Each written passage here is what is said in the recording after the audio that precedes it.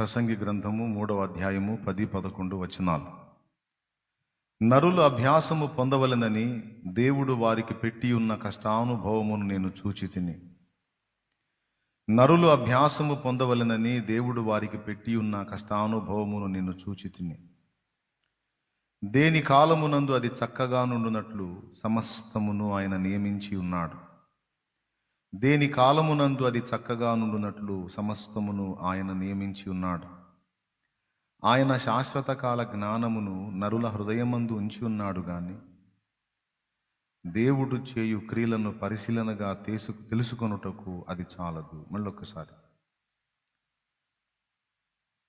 ఆయన శాశ్వత కాల జ్ఞానమును నరుల హృదయమందు ఉంచి ఉన్నాడు గాని దేవుడు చేయు క్రియలను పరిశీలనగా తెలుసుకొనుటకు అది చాలదు. ప్రభునందు ప్రియులారా, ప్రసంగి గ్రంథములో 3వ అధ్యాయము చాలా విలువైన విషయాలను మనకు తెలిపే అధ్యాయం. అందులో స్టార్టింగ్లోనే తొందరపడే మనిషి కాళ్లకు బంధాలు వేస్తూ కట్టడి చేస్తాడు. తొందరపడొద్దురా నాయన, తొందరపడొద్దు, కొంచెం కంట్రోల్ అవ్వు. నువ్వు అనుకున్నవి పొందాలన్నా, చేయగూరినవి చేసి సాధించాలన్నా, నువ్వు దేనికోసం ఎదురు చూసినా అవన్నీ నెరవేరడానికి నీ సమయం కాదు, దేవుని సమయం ఉంది. ఆకాశం క్రింద జరుగు ప్రతి కార్యమునకు ఒక సమయము కలదు. ఆ టైము దేవుడు మన బ్రతుకుల్లోకి రానివ్వాలి. ఆ సమయంలోనే సమస్త కార్యాలు మనం స్వతంత్రించుకోగలుగుతాం. కాబట్టి ప్రతిదానికి కూడా ఒక టైం ఉందని మొదటి పాఠంగా మొదలుపెట్టాడు. ఏడ్చేదానికి ఒక టైం ఉంది, నవ్వేదానికి ఒక టైం ఉంది, బాధపడేదానికి ఒక టైం ఉంది, బాధను మానుకునేదానికి ఒక టైం ఉంది, రాళ్లను కుప్పేయటానికి ఒక టైం ఉంది, మొత్తం పారేయటానికి కూడా ఒక టైం ఉంది అని ప్రతిదానికి ఒక సమయము కలదు అని మొదలుపెట్టి చెబుతూ 10వ వచనం దగ్గరికి వచ్చేటప్పటికి ఈ 9 వచనాలు సమయం సమయం సమయం సమయం కుట్టడానికి, చించడానికి, యుద్ధం చేయడానికి, యుద్ధం మానడానికి, దాచుకోవటానికి, పారవేయడానికి, ద్వేషించడానికి, ప్రేమించడానికి, అన్నిటికీ ఒక టైం ఉంది అని చెప్పుకుంటూ వచ్చాడు. 10వ వచనం దగ్గరికి వచ్చేటప్పటికి ఒక మంచి మాట అన్నాడు. నరులు అభ్యాసము పొందవలనని దేవుడు వారికి పెట్టి ఉన్న కష్టానుభవం నేను చూశాను.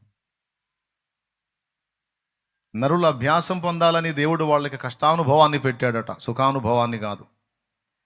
సుఖానుభవంలో ఉన్నవాడికి అభ్యాసము రాదు, కష్టానుభవం చేతనే అభ్యాసం వస్తుంది అనేది ఒక పాఠం ఇక్కడ.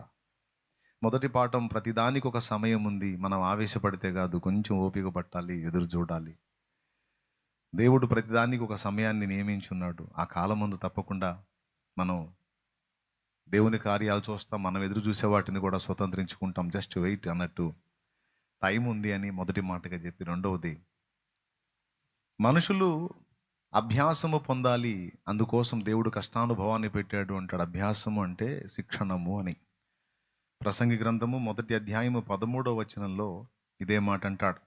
వారు దీని చేత అభ్యాసమును పొందవలనని దేవుడు మానవులకు ఏర్పాటు చేసిన ప్రయాసం బహు కఠినమైనది. అభ్యాసం అండి. ఇదే మాట ప్రసంగి 3:10లో కూడా అన్నాడు. 1:13లో ఏ మాట అన్నాడు, 3:10లో కూడా అదే మాట అన్నాడు. ఏ మాట అన్నాడా? మనుషులకి ట్రైనింగ్ ఇవ్వటానికి దేవుడు అగచాట్లను అనుమతించాడంట. కష్టానుభవం లేకుండా మనిషి దేవుడు అనుగ్రహించేటువంటి ట్రైనింగ్ పొందలేడట. అంటే దేవుడు భూమి మీద నరులకు ఏదో ట్రైనింగ్ ఇవ్వాలని ఆశిస్తున్నాడు, ఏదో శిక్షణ ఇవ్వాలని ఆశిస్తున్నాడు. ఒకసారి మీరు ఊహించండి, ట్రైనింగ్ ఇవ్వాలని దేవుడు ఆశిస్తున్నాడు అంటే జాబు కూడా ఇవ్వబోతున్నాడు అని అర్థం. దేవునికి స్తోత్రం కలుగునుగా. అవునా? మనం సెలెక్ట్ అయితేనే కదా మనకి ట్రైనింగ్ ఇచ్చేది. మనల్ని సెలెక్ట్ చేయకపోతే ట్రైనింగ్ ఎందుకు? కాబట్టి మనుషుల్ని దేనికోసమో దేవుడు ఎంపిక చేసుకున్నాడు, అందుకే నిర్మించాడు. అందరికీ కూడా ఒక ట్రైనింగ్ ఏర్పాటు చేశాడు. అసలు ఒక మాటలో చెప్పాలంటే, భూమి మీద మనం అనుభవిస్తున్న ఈ జీవిత కాలం అంతా ట్రైనింగ్ పీరియడ్. అర్థమైందా? ఇది ట్రైనింగ్ టైం. ఈ భూమి మీద ఈ చిన్ని జీవితాన్ని మనకు ట్రైనింగ్గా ఉపయోగించి తర్వాత రాబోతున్న శాశ్వత జీవంలో మనకు స్థిరమైనటువంటి పనిని దేవుడు ఇవ్వబోతున్నాడు. ఒక పని కోసమే, ఒక ఉద్దేశంతోనే, ఒక కారణంతోనే మనల్ని నిర్మించాడు. అనవసరంగా మనలో ఏ ఒక్కరిని కూడా దేవుడు నిర్మించలేదు. మనందరి సృష్టి వెనక, మనందరి నిర్మాణం వెనక దేవునికి ఒక ప్రణాళిక, ఒక ఉద్దేశము ఉంది. మనకు దేవుడు కేటాయించిన బాధ్యతలు కూడా రేపు భవిష్యత్తులో మనం పొందబోతున్నాం. ఆ శాశ్వత జీవితంలోనికి మనం ఎంటర్ కాకముందు ఈ భూమి మీద ఈ జీవితం ఒక అభ్యాసంగా, ఒక ట్రైనింగ్గా మనకి దేవుడు డిసైడ్ చేశాడు. మీరు గమనించండి, ఎవరినైనా ట్రైనింగ్లో తీసుకుంటే కొంతమందికి 3 నెలలు, కొంతమందికి 6 నెలలు, కొంతమందికి 1 ఇయర్ ట్రైనింగ్, అట్లా ఉంటుంది ఆ పని యొక్క తీవ్రతను బట్టి. ఆ తర్వాత ట్రైనింగ్ పీరియడ్ అయిపోయిన తర్వాత కొన్ని సంవత్సరాలు వాళ్ళని వాడుకుంటారు జాబ్ ఇచ్చి. ఈరోజు మనల్ని కూడా దేవుడు ట్రైనింగ్లోకి తీసుకున్నాడు అంటే మనకు దేవుడు నియమించినటువంటి పని, జాబ్ ఏదో మనం పొందబోతున్నాం. ఇక్కడ మనం కొంత చేస్తాం దేవుని పని. ఇక్కడ నుంచి అక్కడికి వెళ్ళిన తర్వాత పర్మనెంట్గా మనకి అక్కడ విధులు నిర్వహించబడతాయి. మనల్ని విధుల్లో ఉంచబడతాడు. మనకు సిద్ధపరిచిన విధి ఏదో మనకి అనుమతిస్తాడు, అంగీకరిస్తాడు, తీసుకుంటాడు, అప్పగిస్తాడు. అంటే మన బతుకులు అనవసరంగా లేవన్నమాట. ఎప్పుడు కూడా ఎవరు అనుకోవద్దు, నేను అనవసరంగా పుట్టాను, నా బ్రతుకు అర్థం లేదని ఎప్పుడు ఎన్నడూ అనుకోవద్దు. అలా అనుకునే వాళ్ళు ఎవరైనా ఇక్కడ ఉంటే దయచేసి మారు మనసు పొందండి. దేవుడు అనవసరంగా నిన్ను చేయలేదు, నన్ను చేయలేదు, ఒక ఉద్దేశంతోనే చేశాడు. నిర్మించుకున్నాడు, ట్రైనింగ్ ఇచ్చుకుంటున్నాడు, రేపు తీసుకొని జాబ్ కూడా ఇస్తాడు. ఆమేన్. ఇక్కడ ఇస్తాడు బతకడానికి, అక్కడ కూడా ఇస్తాడు. అది శాశ్వతమైన ఉద్యోగం. ఉద్యోగం ఏందన్నా ఉద్యోగం అనండి, నేను చెప్పేది నిజమే. దేవుడు మనకు ఉద్యోగాన్ని నిర్ణయించాడు. దేవుడు మనకు పనినే నిర్ణయించాడు. యేసు ప్రభు ప్రక్కన ఆయనను వెంటాడిన శిష్యులు ఉద్యోగస్తులు అని నేను అన్నాను. మీరు దానికి ఏమన్నా అభ్యంతర పడతారా? యేసుతో శిష్యత్వాన్ని చేయటం ఉద్యోగం ఎట్లా అవుతుంది అంటే, యేసయ్య ఉన్నప్పుడు వాళ్ళకి ట్రైనింగ్ ఇచ్చాడు భూమి మీద. ఆయన ఆరోహణమే వెళ్ళిన తర్వాత వాళ్ళకు బాధ్యత అప్పచెప్పాడు. అపోస్తల కార్యము 1వ అధ్యాయములో 12 అపోస్తలలో 12వ వాడైన యోధా తప్పిపోయి పోగొట్టుకున్నాడు. ఇందును గూర్చి ప్రవచనం చెప్పింది నిజమే అయింది. వాని ఉద్యోగం, అతని ఉద్యోగము వేరొకడు తీసుకొనుగాక అనే లేఖనము నెరవేరునట్లు యోధా జీవితంలో సంభవించింది అని పేతురు మాట్లాడాడు. ఒక్కసారి చూడండి, 20. అతని ఇల్లు పాడైపోవును గాక, దానిలో ఎవడనో కాపురముండకపోవును గాక, అతని ఉద్యోగము వేరొకడు తీసుకొనును గాక అని కీర్తనల గ్రంథములో వ్రాయబడి ఉన్నది. ఆ ఉద్యోగం అన్నదాన్ని రౌండ్ కొట్టాలి. అతని ఉద్యోగము వేరొకడు తీసుకొనును గాక అంటే అపోస్తలత్వం అనేది ఏదో యేసు ప్రభుని వెంబడించినటువంటి శిష్యులు అపోస్తలు అనుకుంటున్నాం, కానీ అది జాబ్స్ అని మనకు తెలియదు. దేవుడు వారికి నియమించిన పని లేక జాబ్ అని మనకు తెలియదు, కానీ వాక్యం చెప్తుంది అది జాబ్, అది ఉద్యోగం, అది పని. యేసు ప్రభు ఉన్నప్పుడు తన వెంటేసుకొని వాళ్ళకి అన్ని అవగాహన కల్పించి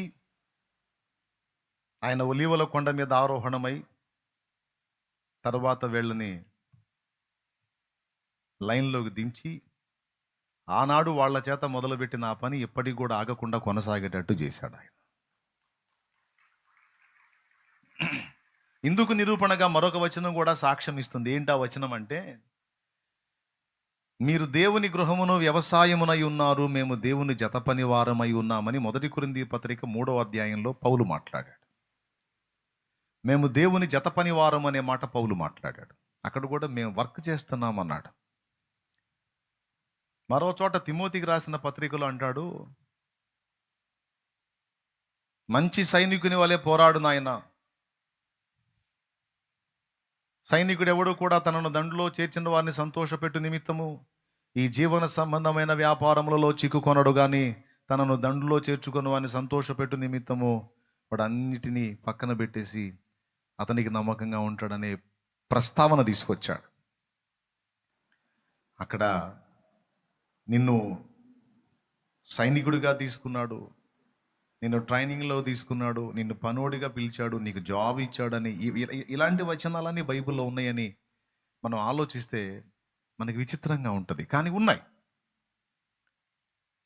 దీన్ని బట్టి మనకేమర్థమవుతుందంటే అపోస్తలత్వం అనేది ఏదో ఒక శిష్యత్వం లేదా ఒక హోదా కాదు, అదొక జాబ్, అదొక పని, దేవుడు నియమించిన ఉద్యోగము.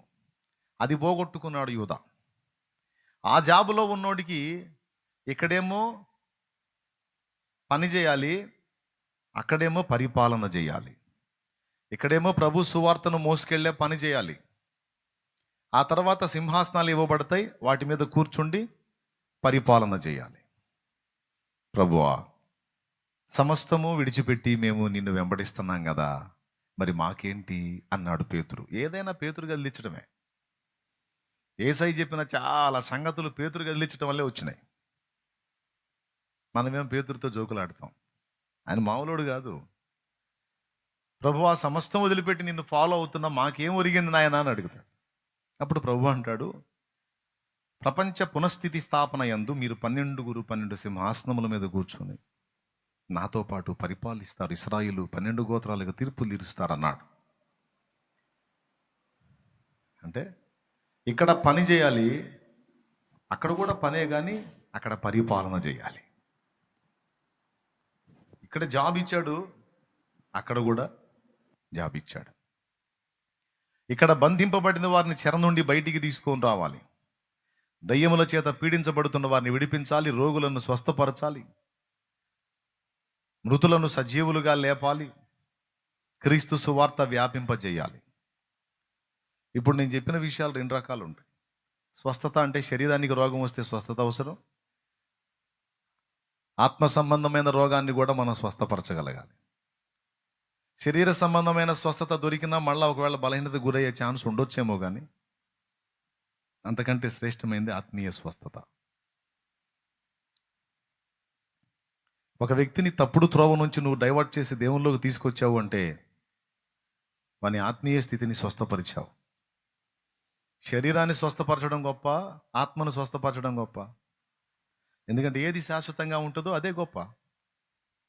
శరీరాన్ని స్వస్థపరిచినా ఏనాటికైనా చావక తప్పదు, కానీ ఆత్మ స్వస్థత అనేది కలిగిందంటే ఆత్మ ఉన్నంతకాలం ఆ స్వస్థత నిలిచి ఉంటుంది. అలాగే మృతులను సజీవులుగా లేపటం అంటే చచ్చినోళ్ళను లేపటం మాత్రమే కాదు, ఆత్మీయతలో చచ్చిన వారిని తిరిగి బ్రతికించటం సచ్చినోడిని బతికించడం కంటే గొప్పది. తెలుసా మీకు ఆ సంగతి?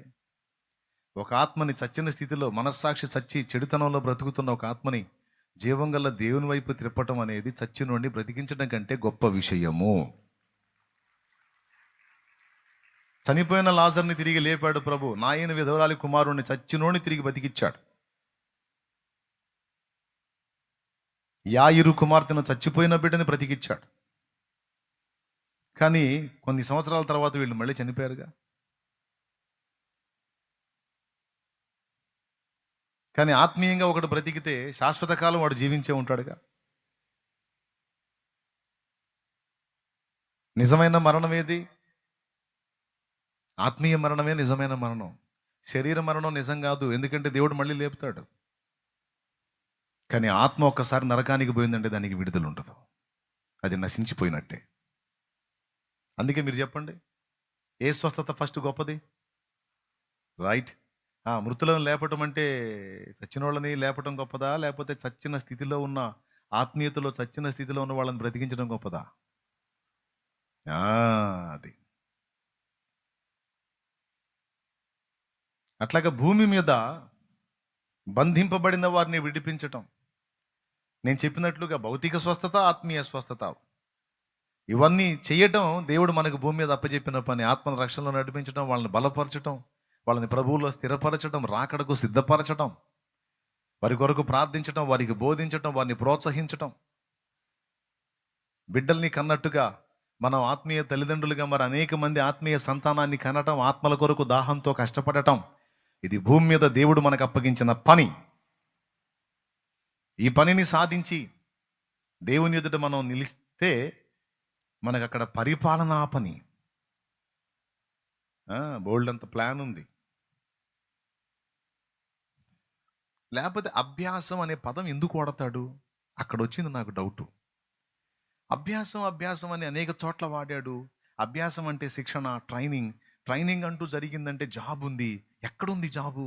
ఎక్కడ జాబ్ కోసం ఇక్కడ ట్రైనింగ్ ఇస్తున్నాడు అన్న కోణంలో వెతికితే ఇదంతా బయటకు వచ్చింది. ఈ రిఫరెన్స్లన్నీ కూడవుతున్నాయి దానికి. దేవునికి స్తోత్రం చెప్పండి, పెద్దగా గట్టిగా చెప్పండి. కాబట్టి ఎవ్వరు కూడా దేవుని పనిని, దేవుడు చిత్తం నెరవేర్చడాన్ని తక్కువ అంచనా అయ్యొద్దు. ఇక్కడ దేవుడు మనకిస్తున్నటువంటి అనుభవాలని ట్రైనింగ్లో భాగమని మర్చిపోవద్దు.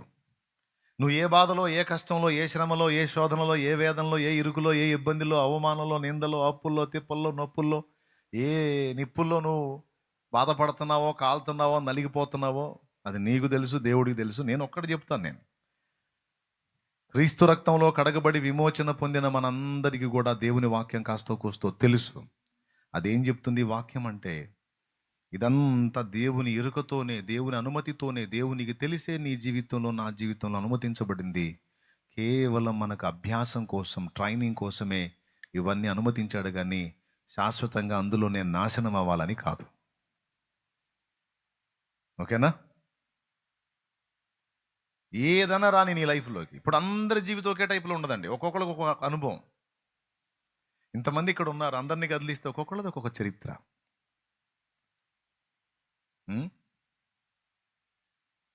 ఒక కవి రాశాడు,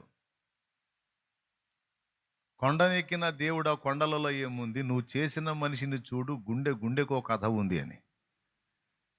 దేవునికి స్తోత్రం. నువ్వు ఎక్కడో పైన కూర్చుంటే నీకేం తెలుసుదా ఆ కొండల్లో బండల్లో? నువ్వు చేసావుగా మనుషుల్ని చూడవా, ఒక్కొక్క గుండెకి ఒక కథ ఉందని ఈడు చెప్తున్నాడు ఆయనకి. చెబుతున్నాను, గుండెకి ఒక కథ ఉందని. ప్రతి గుండె పక్క గుండె కథ తెలుసుకోలేదు, కానీ అన్ని గుండెల మాటు కథలు ఆయనకు తెలుసు. ఎవరి అనుభవాలు వాళ్ళయ్యే, ఎవరి జీవిత పరిస్థితులు వాళ్ళవే. ఒకళ్ళు ఫేస్ చేసే అనుభవాలు యాజ్ ఇట్ ఈజ్గా ఇంకొకళ్ళు చేయకపోతుండొచ్చు. అందరిది ఒకే విధంగా కాకపోవచ్చు, ఒక్కొక్కరు ఒక్కొక్క విధంగా శ్రమను అనుభవిస్తుండొచ్చు. కానీ అందరి అనుభవాలు, అందరు ఎదుర్కొంటున్న పరిస్థితులు అభ్యాసం కోసమని ఇక్కడ మాట్లాడుతున్నాడు.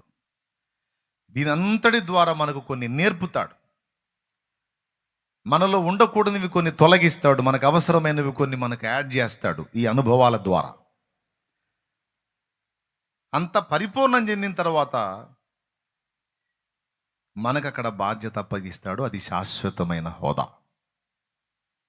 దేవునికి మహిమ. సో పాయింట్ నెంబర్ 1 సమయం గురించి మాట్లాడాడు. పాయింట్ నెంబర్ 2 శిక్షణ గురించి మాట్లాడాడు. శిక్షణ పొందుతున్నాం, శిక్షణ శిబిరంలో ఉన్నాం. ఆయన నీ శత్రువు కాదు.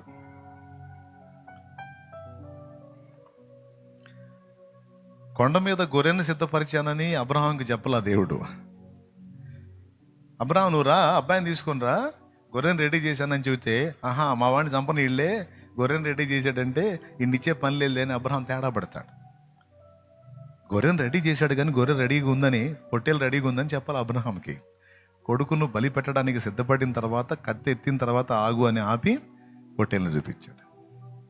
ఎప్పుడు సిద్ధపరిచాడు? ముందే సిద్ధపరిచాడు. యోసేపు గురించి చెప్పలా. అన్నీ తెలిసి యాకోబు ఏడుస్తుంటే అన్నీ తెలిసి దేవుడు మౌనంగా చూస్తున్నాడు. అంటే కొన్నిసార్లు మనం నిష్కారణంగా ఏడుస్తున్నా, అనవసరంగా ఏడుస్తున్నా ఏడవనిస్తాడు, గుండె నలగనిస్తాడు, దీనుల్ని కానిస్తాడు. ఎందుకంటే ఏడుపంతా నీకు రెట్టింపు సంతోషానికి కారణం కావాలి. ఏడు ఏడు ఏడు ఏడు, ఎంత ఏడుస్తున్నావు అంత నవ్వుతావులే ఏడు. నీ నోటి నిండా నవ్వు ఉండేటట్టు నేను చేస్తాను. నీ నోటి నిండా నవ్వు ఉండేటట్టు నేను చేస్తాను. డోంట్ వరీ, నేనున్నాలే కదా, నేనున్నలే కదా నీకు. కళ్ళు మూయి, ప్రార్థన చేయి. దేవా,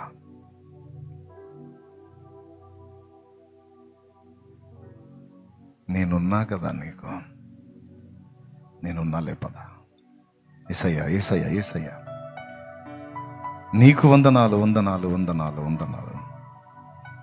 జరిగేవన్నీ ఎరిగే ఉన్నావు, కావలసిన ముందు సిద్ధపరిచే ఉంచావు. మర్మమైనవన్నీ ఎరిగే ఉన్నావు, కానీ మాకు మాత్రం మరుగు చేసి ఉన్నావు, మౌనమై ఉన్నావు. కొన్ని చెప్తావు, కొన్నేమో. ఏమండి, ఒక్కసారి ఆలోచించండి నేను చెప్పిన విషయాలన్నీ. దేవుడు నిన్ను తగ్గిస్తున్నాడు అంటే భయపడవాకు. నీ చుట్టూ ఉన్న వారికంటే, నీ తోటి వారికంటే దేవుడు నిన్ను తగ్గిస్తున్నాడంటే చింతపడవాకు.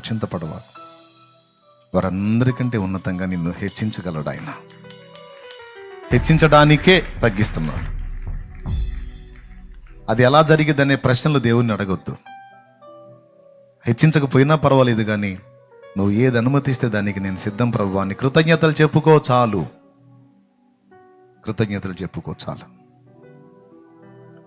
ప్రార్థన చేయి. పరిశుద్ధ ప్రభువా, మా బిడ్డలందరితో ఈరోజు మాట్లాడావు, ముఖ్యంగా నాతో మాట్లాడావు నాయన. చాలా కృతజ్ఞతలు ప్రభువా.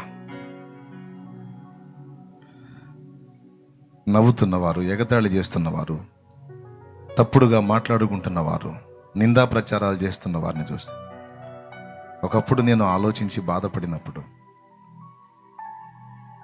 నీ ఉద్దేశాలు యాకోబు కూడా చెప్పలేదు, కానీ కొన్ని నాకు చెప్పి నన్ను ధైర్యపరిచావు. చెప్పినట్టు నెరవేర్చావు.